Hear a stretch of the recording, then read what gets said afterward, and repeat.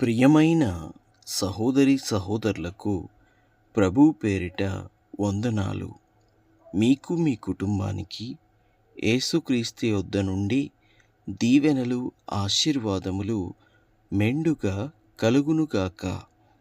ఈరోజు యేసుక్రీస్తు యొద్ద నుండి మీకు బంగారు మాట, దేవుని వాగ్దానము. ఈ నిరీక్షణ మనలను సిగ్గుపరచదు. రోమా 5వ అధ్యాయం 5వ వచనం. ఏ నిరీక్షణ నా ప్రియ సహోదరి సహోదరులారా? ఏ నిరీక్షణ అంటే ప్రభువు త్వరలో రానయ్యున్నాడు అనే నిరీక్షణ, ప్రభువు కొరకు ఎదురు చూచే నిరీక్షణ. ప్రభువు వస్తాడు, తప్పక పరలోక రాజ్యానికి నిత్య జీవానికి తీసుకెళ్తాడు అని ఉంచుకునే నమ్మకంలో తప్పేంటి? దేని యందైనా మనము అవమానము నొందుతామేమో, సిగ్గుపడతామేమో, కానీ యేసుక్రీస్తుని గురించి ఎదురు చూసే విషయంలో కానీ, యేసుక్రీస్తు యొక్క ప్రభువు తెచ్చిన రక్షణ యందే కానీ ఎవరైనాను జోకులేస్తూ, చిన్న చూపు చూస్తూ, తేలిగ్గా మాట్లాడితే వారి మీదికి దేవుని యొక్క ఉగ్రత, శాపం వస్తుంది. కాబట్టి దేవుని ప్రియ బిడ్డలారా, మీ కృప, మీ దయ, మీ కరుణ అని దేవునికి స్తోత్రం కలుగునుగాక. మనము నిరీక్షించుచున్నది త్వరలో ప్రజలందరూ చూస్తారు. ఆనాడు ప్రతి ఒక్కడు ముక్కున వేలేస్తాడు. ప్రతి మోకాలు ప్రభువు నామమున వంగుతుంది. ప్రార్థించుట కొరకు విశ్వాసంతో ప్రతి మోకాలు వంగుతుంది.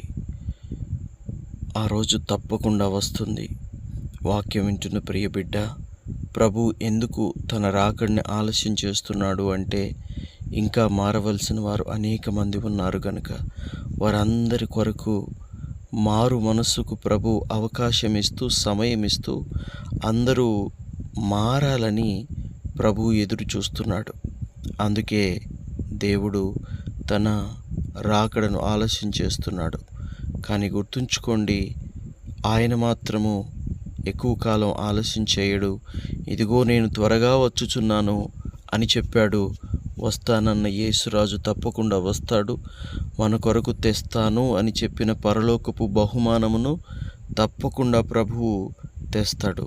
ప్రియ బిడ్డలారా, ఏ ఒక్కరు కూడా ఆ ప్రభువు తెచ్చే బహుమతులను, అనగా పరలోక రాజ్యమును, నిత్య జీవమును, ఆయనతో పాటు యుగ యుగములు జీవించే కృపను పోగొట్టుకోకూడదని మనసారా కోరుకుంటూ, అందరము ఎదురు చూసి నిరీక్షించి సిగ్గుపడక సంతోషించుదుముగాక అని నమ్ముతూ ప్రార్థన చేసుకుందాం.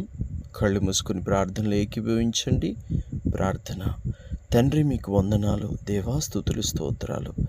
ఎవరెవరైతే నీ వస్తున్నామని, రాకడలో ఎత్తబడతామని, ప్రభు ద్వారా నిత్య జీవము, పరలోక రాజ్యము పొందుతామని విశ్వాసంతో ఉన్నారో వారందరినీ నీ కృపలో జ్ఞాపకం చేసుకోండి.